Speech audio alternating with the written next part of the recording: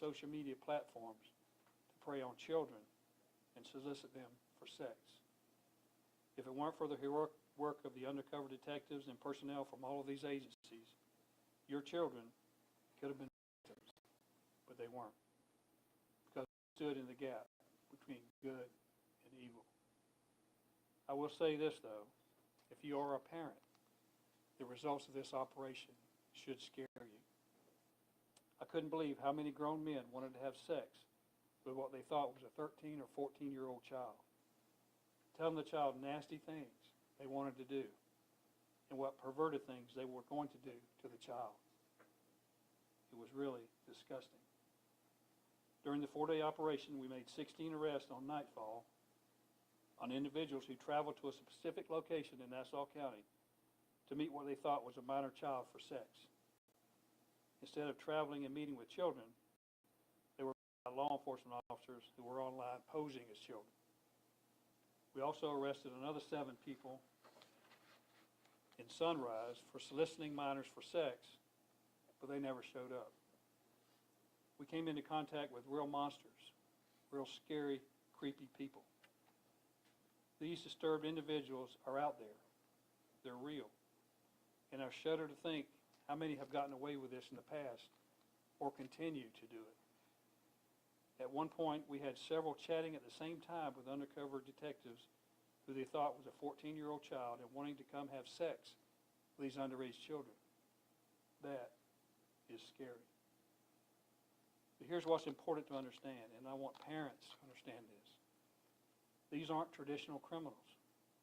But what they are doing, they are lurking online, searching and grooming children online to engage them in sexual conduct. They provided very raucous communication and sent pictures, inappropriate pictures, to what they thought was a 13 and 14-year-old child. And if they are willing to travel to the child's location to have sex, then I don't believe it's their first time doing this. So there has to be other victims out there. And if you are a victim, please contact law enforcement. So I want to introduce you to some of these fine, outstanding individuals. I'm not going to be quite as graphic as they were, but I want you to get a sense when we conduct these operations who we deal with, the kind of people that are out there looking for children. Abdul Hassan Bababi, he's 33, from Jacksonville. He came here via Afghanistan. He was arrested on January 16th around 1:24 a.m. The suspect observed the victim's profile on the app Skip the Games and started a text conversation with a 14-year-old female. He told the victim he wanted to have sex and stated he would wear a condom. The suspect traveled to a predetermined location to meet with a minor child. When he arrived, he was taken into custody. A box of condoms was found in his vehicle. Again, he is an Afghanistan refugee. Alan Shelton Morgan, 53, from Brookhaven, Mississippi. He was arrested on January 17th around 11 p.m. He observed the victim's profile on app Skip the Games and engaged in a text conversation with a 14-year-old female. He asked for how much it would cost for different types of sex, describing what he wanted to do. He was given a predetermined location to meet, and when he showed up, the victim had told him she wanted a Dr. Pepper drink. So when he showed up, and we took him into custody, he had in his possession a Dr. Pepper. Carl Marcus Eubanks, 49, from Middleburg. He was arrested on January 19th around 1:59 a.m. He observed the victim's profile on the app Sniffles and started a conversation with a 14-year-old male. He said it would be cool if we had sex. The victim stated he didn't want to get in trouble with his mother. The suspect was given a predetermined location to meet, and when he drove up, he was taken into custody. He told detectives that he used the app Sniffles to meet other men for sex. He thought the victim was just pretending to be a 14-year-old as a fetish, and that when he showed up to the location, if he was actually 14, he was going to take the victim home or just leave. Inside the suspect's car, detectives found 2.43 grams of meth, a glass smoking pipe, gel lubricant, 2 sex toys, sex pills, and a Smith & Wesson handgun. During the investigation, it was learned that the suspect was under investigation in Clay County for having sex with a minor. He was a Black Hawk helicopter pilot for U.S. Army Reserves. Carlos Mikel Hudson, 32, from Jacksonville. He was arrested on January 19th around 1:30 a.m. He observed the victim's profile on the app Tagged and initiated a conversation. When the suspect was notified the victim was a 14-year-old female, he stated, "Oh no, I can't go to jail." Then asked if she was still a virgin. They exchanged phone numbers and the suspect said he was just trying to chill. The victim indicated she didn't want to get pregnant and asked if he would wear a condom, and he said yes, of course. The suspect told the victim he wanted to have sex with her. He just wanted to make sure it wasn't a setup, because stuff like that happens for real. Yes, it does. The victim gave the suspect a predetermined location to meet. When he showed up, he was taken into custody. He denied everything. Stated he just dropped his baby mama off on 103rd Street in Jacksonville. He just went for a drive. He just happened to wind up at the meeting location to get a drink. Detectives found 3 cell phones and a box of condoms in his vehicle. Christian Matthew Tillman, 24, from Orange Park. He was arrested on January 17th around 1 a.m. Suspect observed the victim's profile on the app Skip the Games and initiated a text conversation with a 14-year-old female. He stated, 14 is crazy, and I want to bless you, but I'm scared. The suspect then had an audio call with the victim. He stated, "You look cute for 14. I want you. Wow." He then asked how much she charged. "I got $100 for cash. Quick 2 minutes," he said. "What if you fall in love and I start liking you?" During the conversation, the suspect sent multiple pictures of his genitals. The suspect was given a predetermined location to meet. When he arrived, he was taken into custody, and he initially refused to identify himself. Dale Grogan, 59, from Jacksonville. He was arrested on January 18th around 11:26 p.m. Suspect diverted the victim's profile on the app Skip the Games and initiated a conversation with a 14-year-old female. He told the victim, "You should be in school." The conversation became sexual, and the victim stated she did not want to get pregnant. The suspect told the victim to supply the condom, but she said she did not have any. So he went on to state, "You won't get pregnant, I'll pull out. I'm married." The victim provided a predetermined location to meet. When he arrived, he was taken into custody. Condoms were located in the suspect's left front pocket. While at the jail, he tried to gouge his eyes out and told someone at the hospital he killed his then wife and child several years ago while he was in the Army stationed in Germany. The military is investigating that now. Garen William Hegler, 63, from Fernandina Beach. He was arrested on January 18th around 1:36 a.m. He observed the victim's profile on Sniffles app. He initiated a conversation with a 14-year-old male. He wanted to see the 14-year-old's private part. He also said he wanted to have sex over and over again and wanted to film it. He was arrested when he showed up at a predetermined location. While searching his car, detectives found a sex toy, a tube of Vaseline, and a Walmart bag on the front passenger seat. He complained of chest pains when he was being interviewed and was taken to the hospital to get checked. Oh, by the way, while he was alone in our interview room, he started playing with himself. Maybe that's why he had chest pains. Also, while he was in the rescue unit on the way to the hospital, he started playing with himself again. Now, this guy is sick. Harrison Theodore Clark, 30, from Orange Park. He was arrested on January 19th around 2:02 a.m. The suspect observed the victim's profile on the app Sniffles and had a conversation with a 14-year-old male. He asked if his parents were home. The victim asked the suspect how old he was, and he stated 30, hopefully not too old for you. They exchanged phone numbers, and the suspect started texting. When the victim asked the suspect what he wanted to do, the suspect said, "Chill, make out. Would be great to get naked and have sex. You're cute, but the youngest I've been with is 18. The suspect agreed to meet. When he showed up, he was taken into custody. He told detectives he has developed an interest in juveniles through his addiction to pornography. He also attributed his interest to recent legislation making pornography more difficult to access. He was on the Clay County Soil and Water Conservation Board at the time. Hector Villatoro, 65, from Yulee. He was arrested on January 16th around 4:41 p.m. He observed the victim's profile on the app Skip the Games the previous day on January 15th and initiated a conversation with what was a 14-year-old female. He first stated that he did not want to go to jail, but then texted to meet the next day around 4 p.m. He stated he would wear a condom. Then the suspect arrived at a predetermined location and was arrested. A handgun was found in his jacket and 2 condoms were found inside his car. Isaiah Jacob Jordan, 25, from Jacksonville. He was arrested on January 19th around 12:45 a.m.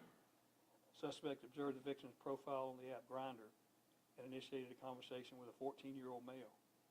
After finding out the victim's age, he said, "We can still talk if you want."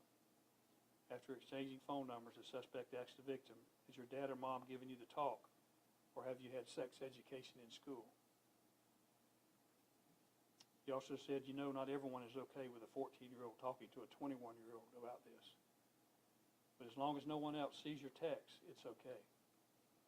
The victim stated no one else used his phone. The suspect then stated, "You're pretty hot for a 14-year-old. Showed up at a predetermined location, he was arrested. While searching his vehicle, condoms and lubricant was located in the center console. Michael Clayton Brown, 27, from Yulee. He was arrested on January 16th around 6:15 p.m. Suspect observed the victim's profile on the app Grindr. He set up a meeting between what he thought was a 14-year-old male and his 27-year-old uncle and wished to engage in sexual intercourse with both of them. He stated that the uncle and the 14-year-old being naked was hot. The suspect's profile photo showed him wearing a black and red mask with 2 pieces protruding from the sides like ears and stated it was a pup mask. He stated he would bring it with him for the meeting. When he showed up at the predetermined location and arrested, detectives found condoms, a rubber sex toy, and lube in his jacket. The pup mask was also found inside his car.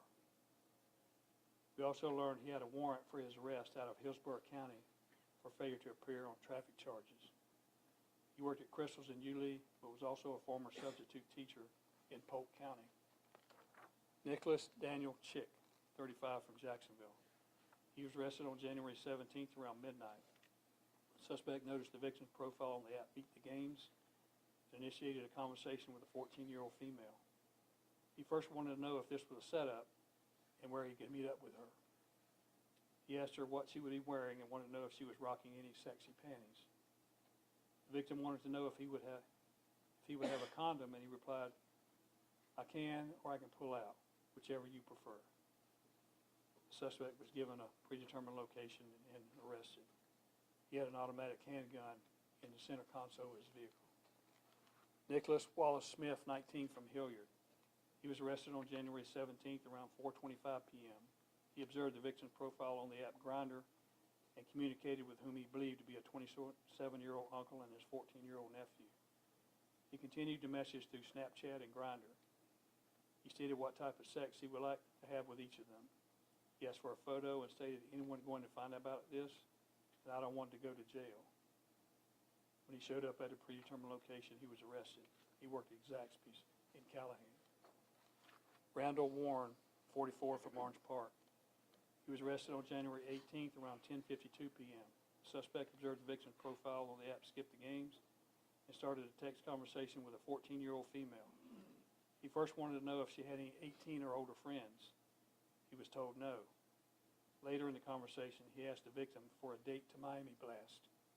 This is a slang for taking a hit of crack cocaine while having sex. He also wanted a price for everything and would wear a condom.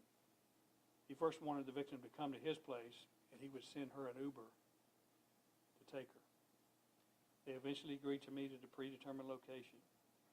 He actually had a friend drive him to that location, and he wanted to know if the victim had a friend for his friend. She said she did, but she was only 14. The suspect told her he would be stopping by Crystal on the way and wanted to know if she wanted anything. The victim told him she wanted a blue Powerade. So when he arrived, he was taken into custody, and inside the vehicle were Crystal hamburgers and a blue Powerade. Thomas Allen Brown, 44, from Middleburg. He was arrested on January 19th around 1 a.m. And talk about luck. He was the one that was giving his buddy a ride to meet up with a 14-year-old female for sex. When his buddy was arrested for traveling to meet a minor, NCSO detectives found a folded $1 bill containing 2.94 grams of meth in his vehicle, along with his driver's license. And he was arrested for possession of meth. Willie Leon Wright, 40, from Green Cove Springs. He was arrested on January 17th around 7:31 p.m. The suspect observed the victim's profile on the app Skip the Game and initiated a text conversation with a 14-year-old female. He first wanted to see her picture and asked what address to meet up with her. He wanted to have sex, but the victim told him she did not want to get pregnant. He stated that he was fixed, so she couldn't get pregnant from him. He then asked for the victim's Kik instant messaging application. He stated again on Kik that they would be having sex. The suspect was provided a location to meet. When he showed up, he was arrested. When he was taken into custody, he had a 3-year-old child in his vehicle asleep. When the child was checked by fire rescue, they indicated the child may have been given some type of medication to make him drowsy. The suspect said he was just on his way to a church function in Georgia and just stopped to get gas. It was funny that he drove over 7 miles from I-95 and passed 5 gas stations along State Road 200 before showing up at the meeting location just to get gas. He told his wife that when he was being arrested, his wedding ring came off and he couldn't find it. Did I mention that he is a registered sex offender and was previously convicted of lewd and lascivious battery, having sex with a victim 12 to 15 years of age when he was 27 years old? And oh, by the way, he is also a church pastor. On the Operation Deviant Sunrise Board are individuals who solicited a child for sex. Some of these sent nude photos of themselves, but they did not travel to meet the individual, what they thought was a 13 or 14-year-old child. But nonetheless, they are just as nasty. Harry Elmer Shop, 58, from Bryceville. He was on the app Skip the Games and solicited what he thought was a 14-year-old for sex. He said age was just a number. James Robert Griffin, 54, from Palatka. He was on the Bumble app and sent photos of him and his dog, as well as nude photos to what he thought was a 13-year-old. Darian Jarvis Williams, 33, from Valdosta, Georgia. He was on the Meet Me app and communicated with what he thought was a 14-year-old. He said he was just chilling, smoking weed, and sent a graphic photo of himself. Kevin Clifford Lynch, 40, from Maysville, Georgia. He was on the Skip the Games app and solicited what he thought was a 14-year-old for sex. Bruce Milton Roberts, 35, from Jacksonville. He was on the Jacked app and sent photos of himself partially clothed to what he thought was a 14-year-old. Julius Madison Faggi II, 64, from Jacksonville. He was on the Scout app and solicited what he thought was a 14-year-old. He stated if he got her pregnant, he would take care of her and the child. Javier Eduardo Melendez Serrano, 29, from Honduras. He was on the app Skip the Games and communicated with what he thought was a 14-year-old. He sent new photos of himself, said he would pay her $150 for sex. No, by the way, he was in the country illegally. And once his state charges are taken care of, he will be turned over to immigration for deportation after those charges are taken care of. So we never know who or what to expect when we conduct an operation like this. We have participated in other operations in other counties several times, and every time we arrest several people who want to get to your child. However, it does take a lot of resources to conduct one of these operations. You have to have people who chatter back and forth with these deviants on the internet, surveillance personnel, intelligence officers, apprehension teams, cell phone forensics people, interview and warrants detectives, vehicle processing, jail transport, attorneys for probable cause review, supervisors, and the list goes on. It takes a lot of planning and coordination, especially for an agency our size, since we don't have the resources. And that's why we all have to work together. So So at this time, I would like to call up FBI Assistant Special Agent in Charge, David Collins. Thank you, Sheriff. My name is David Collins. I'm the Assistant Special Agent in charge for the FBI office in Jacksonville. And I'm proud to represent the FBI's team in North Florida that investigates crimes against our children. The work we've done as a collective group is another example of leveraging the strong partnerships we have in this area, and these results would not be possible without the relationships we all share together, specifically with the Nassau, Jacksonville, Clay, and St. Johns County Sheriff's Office, the State Attorney's Office, the Florida Department of Law Enforcement, the Lake City Police Department, Florida Highway Patrol, CBP, Fernandina Beach Police Department, and Homeland Security Investigations. This group successfully targeted heinous predators in our area and removed them from our neighborhoods with Operation Deviant Nightfall and Operation Deviant Sunrise. Protecting our children is the most important thing we do in the FBI. With Operation Deviant Nightfall and Operation Deviant Sunrise, the FBI dedicated its resources to ensure these predators were identified, located, and arrested. Resources including special agents, intelligence analysts, polygraphers, and photographers. Individuals preying on and harming our children are people you would not suspect, as demonstrated with the arrest of a member of our military, a pilot, a pastor, and even an elected official. Children across our country are victimized every year by kidnappings, violent attacks, sexual abuse, and online targeting. In 2023, our partners at the National Center for Missing and Exploited Children received over 36 million reports of suspected child exploitation online, which is an increase of more than 300% from 2021. Just under 64,000 of those reports were identified as urgent or involved a child in imminent danger. Protecting them is the most important thing we can do. The FBI will continue to bring our skills and expertise to the table to support our local, state, and federal partners here today, and we will continue to work with them and with you to protect our children. The reality is we need you to help us. If you have information to provide concerning a child being victimized, contact us at 1-800-CALL-FBI or tips.fbi.gov. And with that, I'll turn it over to HSI Mike Johnson. Thank you. Good afternoon. My name is Mike Johnson. I'm a Supervisory Special Agent for Homeland Security Investigations in the Jacksonville, Florida office. I enjoy any opportunity to tout HSI's relationship with Nassau County, but I'm not here today just representing HSI. I'm here as the supervisor of the Northeast Florida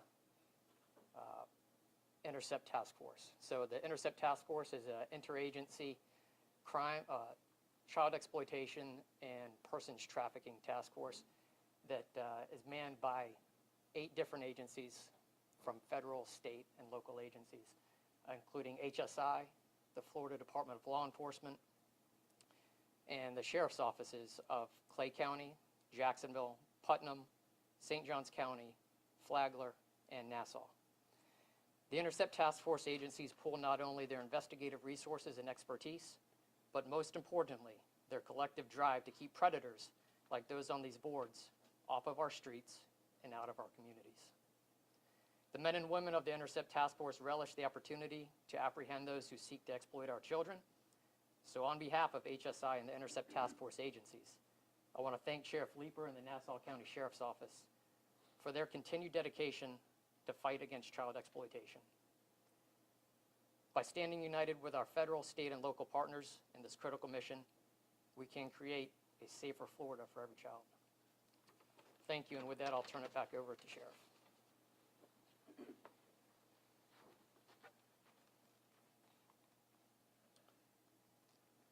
Child pornographers can go into the deep, dark web, and they are very difficult to find.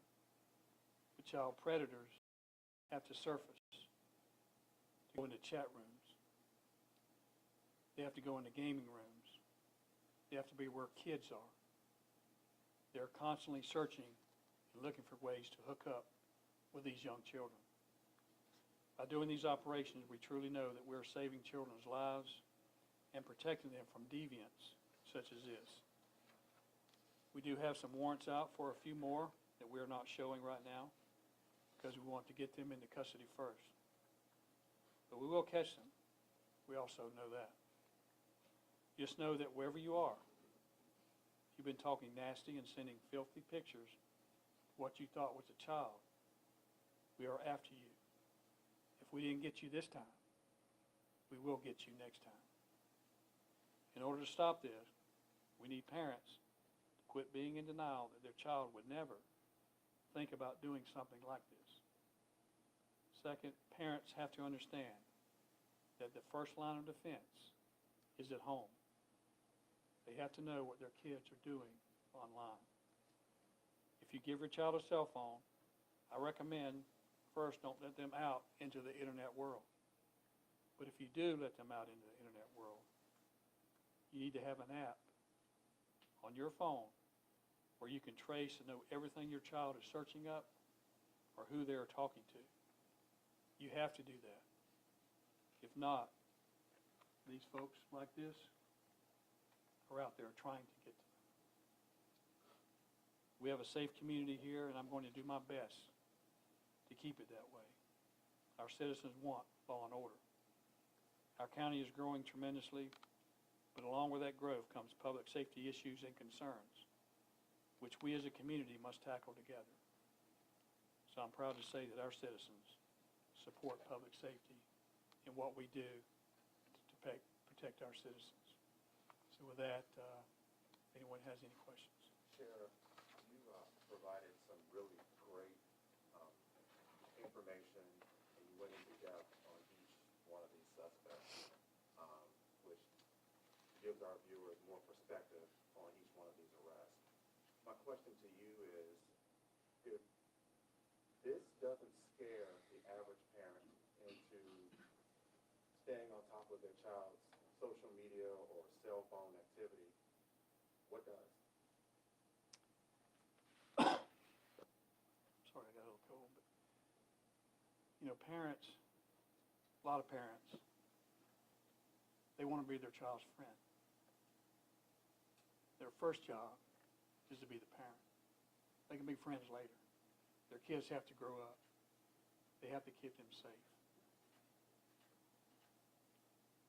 The chief law enforcement officer of a child shouldn't be the sheriff's office, shouldn't be the police department, shouldn't be the FBI. It should be the parent. They're the ones that have to make sure their kids are safe. If they don't, I'm telling you, one of these are going to get to them. And they'll wish they had done something if that happens. Are any of these suspects facing federal charges, or are they all state charges? Right now, they're all state. Sheriff, was the Sunrise operation within that 4-day window the same as the Nightfall operation, or was that different? Yes. They communicated within that 4-day window, So all were arrested within that? but they were in, some of them were in other areas in other state, so it took us a while to run them down, to arrest them. But all of this within that 4-day operation. So they were all arrested within that 4-day operation? Well, these were the ones that traveled, the ones that, they were arrested along the way over the next few weeks. So, The one on the end here, I think it's Dale Grogan, just for clarification, you say that even though he's facing state charges here, but he's also under investigation for possible murder in another country? he made a statement to someone at the hospital that while he was in the Army, stationed in Germany, he killed his then wife and child. We passed that information along to military, and they're looking into that. Whether he did or not, I don't know, but they're looking into that. Do you know when he was stationed in Germany? I don't remember when he was stationed in Germany, back when he was in the military. Other than Carl Eubanks, who was on both you guys' radar, well, Bay County's radar to begin with, before he was arrested here, are there any other suspects on here who are similar in which they were on two different, or maybe possibly even three different jurisdictions at the same time in terms of the radar? There was another one that was wanted out of Hillsborough County for another offense, but I'm not aware of any. They may be, but I'm not aware of any. And only one who was in the country illegally. Right. One more. What conversations should parents be having with their kids to help, prevent things just to be careful who they're talking to online. You never know, people pretend to be young when they're talking to somebody online. They're texting back and forth. You don't know if they're an adult or not. They just have to know who they're talking to. Parents need to know who their child's friends are. And you got to stay on top of it. You see these helicopter parents where they're around their child all the time. Sometimes you got to do that to keep them safe. It's scary. I mean, it is, as a parent and a grandparent, it scares the crap out of me. 'Cause I shudder to think what would happen, what I would do if one of these scumbags got to my granddaughter. It wouldn't be pretty. I have to obey the law now. But I know what I would want to do. So, just keep your children safe, bottom line. Okay. We also had our public affairs office made a video of some of our operations, some of the takedowns. So I want to show you that now, just to give you an idea of what happened.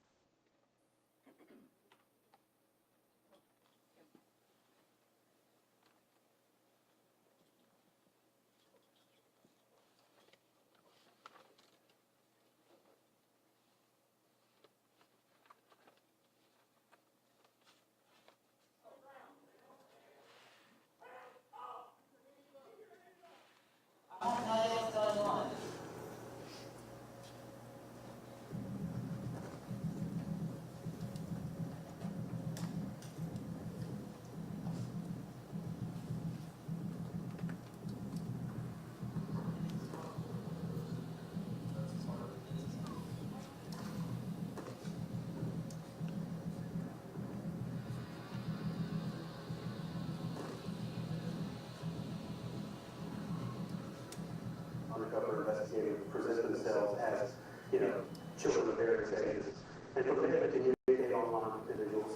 Ultimately, we get probable cause for the arrest, where then we take them into custody in the field.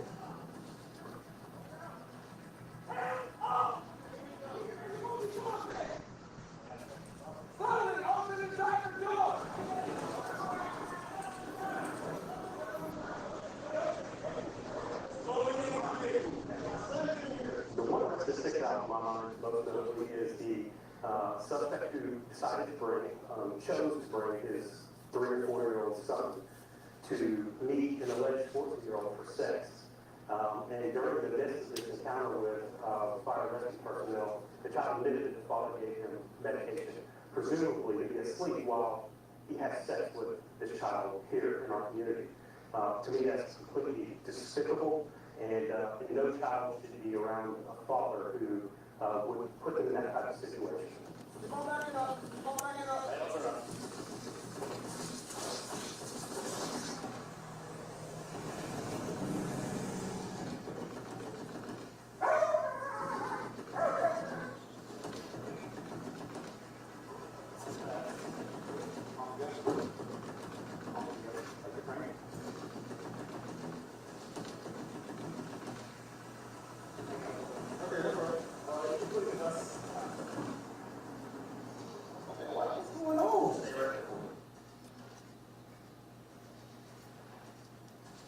They were just coming out of the woodwork, just one after the other. The messages they were sending me, the things they were saying that they wanted to do to a child was just mind-blowing. How someone gets in that position in their world to want to do that.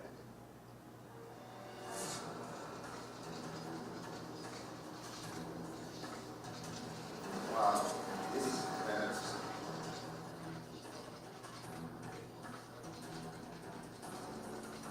This is not a game. You need to understand that. Did you or did you not solicit her for sex on the couch?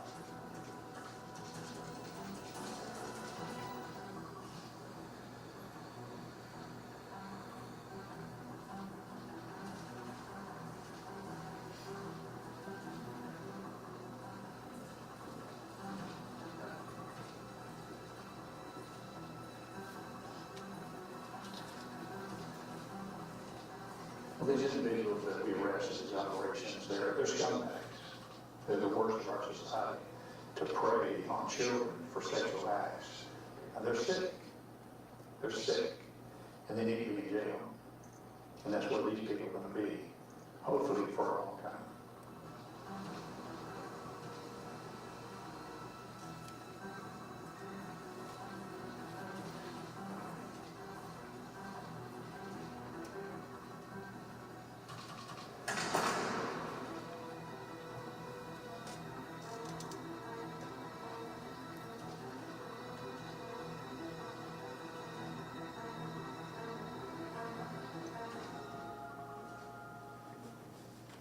I appreciate everyone coming. It's an honor for me to be able to work with all these agencies up here and those other ones that participated in this program. So thank you, and remember, keep your children safe. God bless you. Thank you, Sheriff.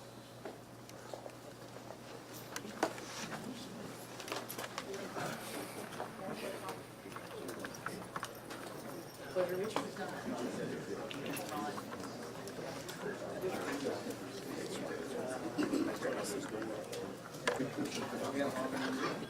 I was like,